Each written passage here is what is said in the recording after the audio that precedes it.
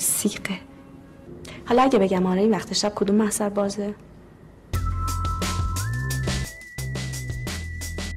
هانیه توسلی که پیش از این در 31مین دوره جشنواره فیلم فجر برای بازی در فیلم دهلیز برنده سیمرغ بلورین بهترین بازیگر نقش اول زن شد، با انتشار متنی در صفحه مجازی خود از حضور در جشنواره 41م انصراف داده و چنین نوشت: در اسفند 1400 و فروردین 1401 حدود 5 سکانس در فیلم چرا گریه نمی‌کنی بازی کردم. در چند ماه گذشته برخلاف نام فیلم خیلی گریه کردم و توان روحی و روانی شرکت و حضور در جشنواره را ندارم. حضور این فیلم در هر رویدادی انتخاب و تصمیم من نیست و نخواهد بود.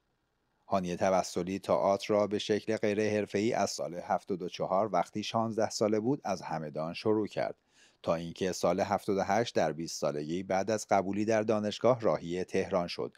او در کنار تحصیل به عنوان دستیار کارگردان در فیلم آخر بازی به کارگردانی همایون اسعدیان همکاری داشت. این هنرمند در سال 79 زمانی که به عنوان بازیگر در جشنواره تئاتر تبریز حضور داشت توسط یک کارگردان به نام نصرالله قادری که داور جشنواره بود برای بازی در تئاتر پدر انتخاب شد. چند ماه بعد برای اولین بار با فیلم کوتاه روی جاده نمناک بازی جلوی دوربین را تجربه کرد. خانم بازیگر در پاییز 79 با سریال غریبه وارد قاب تلویزیون شد و سرانجام سال 1380 با فیلم شام آخر تجربه حضور در سینما را نیز به دست آورد. او در رمضان سال 96 با سریال میوه ممنوعه به کارگردانی حسن فتحی در کنار علی نصیریان، گوهر خیراندیش و امیر جعفری به شهرت رسید. اما این تازه ظاهر بازیگری او بود و تازه پس از پیوستن به جنبش من هم از پشت پرده سینمایی خود خبر داد و بیشتر شهره شد. به گزارش گروه چهره‌ها از مدت‌ها قبل جنبشی به نام میتو در میان بانوان راه افتاده است و افرادی که زمانی مورد تجاوز و تعرض جنسی توسط آقایان قرار گرفته‌اند با زدن این هشتگ به این پویش می‌پیوستند. در این میان افراد مشهور و سرشناسی چون ترانه علی دوستی و کتایون ریاحی و شبنم فرشادجو از این جنبش حمایت کرده و از اتفاقاتی که برای خودشان و اطرافیانشان افتاده بود پرده برداشتند. هانیه نیز با انتشار یک پست و به نمایش گذاشتن چند عکس قدیمی از دهه 20 زندگیش به این پویش پیوست. او همچنین در این خصوص شعر بلندی را نیز منتشر کرد که بخشی از آن این است: تمام روزها را در آینه گریه می کردم. بهار پنجره‌ام را به وهم سبز درختان سپرده بود. تنم به پیله تنهاییم نمی گنجید و بوی تاج کاغذیم فضای آن قلمرو بی آفتاب را آلوده کرده بود. هانیه در ادامه اعلام رسوایی‌های سینمای ایران در مرداد ماه 1400 با انتشار پستی در اینستاگرام خود مدعی شد او نیز همانند زنان دیگری در دنیای هنر مورد تجاوز قرار گرفته است. بعد از حواشی زیادی که پیش آمد متن خود را پاک کرد و نوشت: میدانم اذهان عمومی روزی رشد خواهد کرد و ظرفیت پذیرش مشکلات زنان این سرزمین را خواهد داشت. روزی می آید که وقتی زنی دردی را فریاد می زند، همدلی و درک و فرهنگ جامعه حمایتش خواهد کرد. به امید آن روز. نیت من اعلام همدردی با زنان آزار دیده بود. خود من هم مثل خیلی ها آزار دیدم. آزار و تعرض و تبعیض جنسیتی و توهین و تحقیر زنان سالهای سال است که در ریز و درشت زندگیمان وجود دارد. این ماجرا زمانی بیشتر نمود پیدا می کند که مردان در موضع قدرت به خودشان اجازه گفتن هر حرف و انجام هر رفتاری را می دهند. کاش نترسیم. حرف زدن در مورد آزار و تعرض وقتی در جایگاه ضعیفتر باشی شجاعت و جسارت فوق‌العاده‌ای می خواهد. می دانم. نکته مهمی که می خواهم رویش تاکید کنم این است که قاطعانه و در نهایت صداقت اعلام می کنم دردی که از آن حرف زدم هیچ ارتباطی به هیچ کدام از فیلم هایی که در آنها بازی کرده ام ندارد. شهره قمر پس از حمایت از او در یک استوری نوشت: هانیه جان، اگر حرفت حقه که حتما هست اسم متجاوزت رو با شهامت بیان کن. من در تنها مصاحبه‌ام اسم متجاوزم یعنی حسین فرحبخش رو در سن 15 سالگی عنوان کردم. نترس، ما همه پشت تیم و از همه مهمتر خدا با ماست.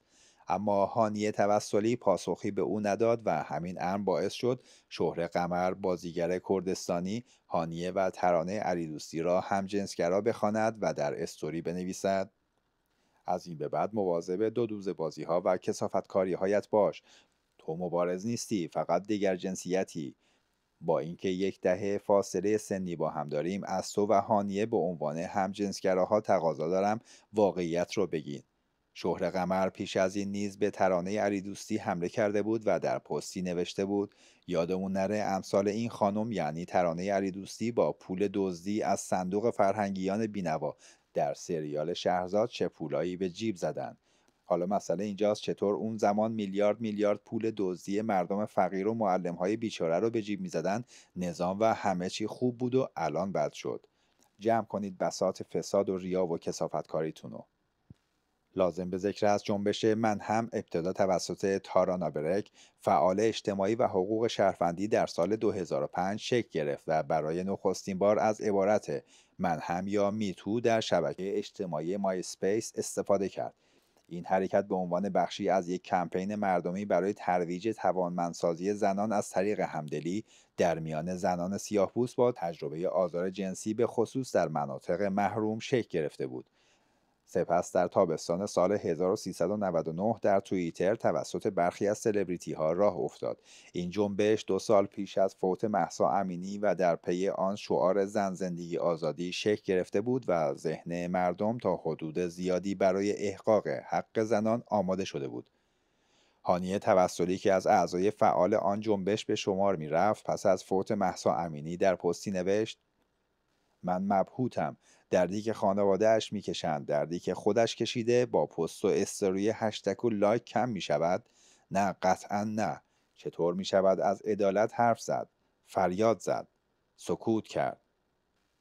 او متولد 14 خرداد 58 در همدان، فارغ التحصیل لیسانس ادبیات نمایشی از دانشگاه آزاد است و بازیگری را از سال 74 وقتی 16 ساله بود به عنوان بازیگر تئاتر آغاز کرد.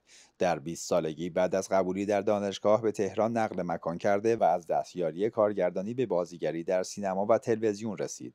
هانیه که تا این تاریخ هنوز مجرد است، در پاسخ به سؤال فریدون جیرانی در خصوص اینکه چرا ازدواج نمی‌کنی گفت: ازدواج خورده پیچیده است، سخته. الان دارم به شما میگم و ممکنه که ازدواج کنم. والا راستش وقتی جوان و کم سن بودم خیلی دوست داشتم بچه دار شم. تو ذهنم همیشه بود و تحت تاثیر رمان جان شیفته بودم. چقدر رابطه آن زن با بچه عجیب است. من هم در سن 16 سالگی و 17 سالگی همیشه تو ذهنم چنین تخیلاتی را داشتم، اما الان خیلی بعید میدونم. کانال هزار چهره مجموعی است از هزاران چهره ناماشنای گذشته تا حال و چهره‌های روز و آینده رو بی‌طرفانه و موشکافانه معرفی و بررسی میکنه. همراهی و سابسکرایب شما به ما دلگرمی داده و لایک های زیباتون باعث پیشرفت میشه. ممنون که بیننده این برنامه بودید.